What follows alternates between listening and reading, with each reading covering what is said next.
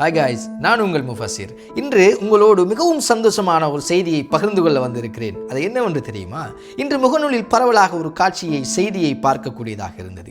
பொத்துவிலைச் சேர்ந்த சாதாரண வருமானம் குறைந்த ஒரு மீன் வியாபாரி ஷஹாப்தீன் என்பவரின் 2 கண்களின் பார்வைகளை இழந்த புதல்வர் எஸ்.எம். நதீர் கொற்றமுல்லை மின்ஹாஜியா அரபிக் கல்லூரியில் முழு குர்ஆனையும் மனனம் செய்து ஹாஃபில் பட்டம் பெற்றிருக்கிறார்.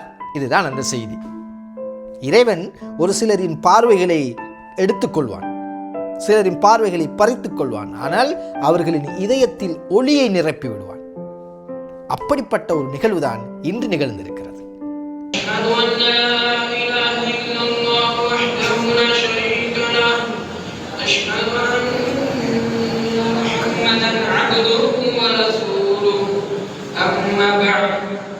ஒவ்வொரு ஆயத்தையும் கண் பார்வை இல்லாமல் நம்பிக்கையோடு கற்றிருக்கிறார் ஷஹாப்தீனின் புதல்வர் எஸ்.எம். நதீர். இதன் பின்னால் ஒரு வழி இருக்கிறது. சாதாரண வருமானம் குறைந்த மீன் வியாபாரி ஷஹாப்தீன் அன்றாடம் மீன் வியாபாரம் செய்து தன் மகனின் எதிர்காலத்திற்காக தன்னை அர்ப்பணம் செய்திருக்கிறார். தன்னுடைய மகன் நதீருக்கு பார்வைகள் இல்லை, ஆனால் ஷஹாப்தீன் தன்னுடைய மகனுக்கு பாதையை காட்டிக் கொடுத்திருக்கிறார். மகன் குர்ஆனை மனனம் செய்திருக்கிறார்.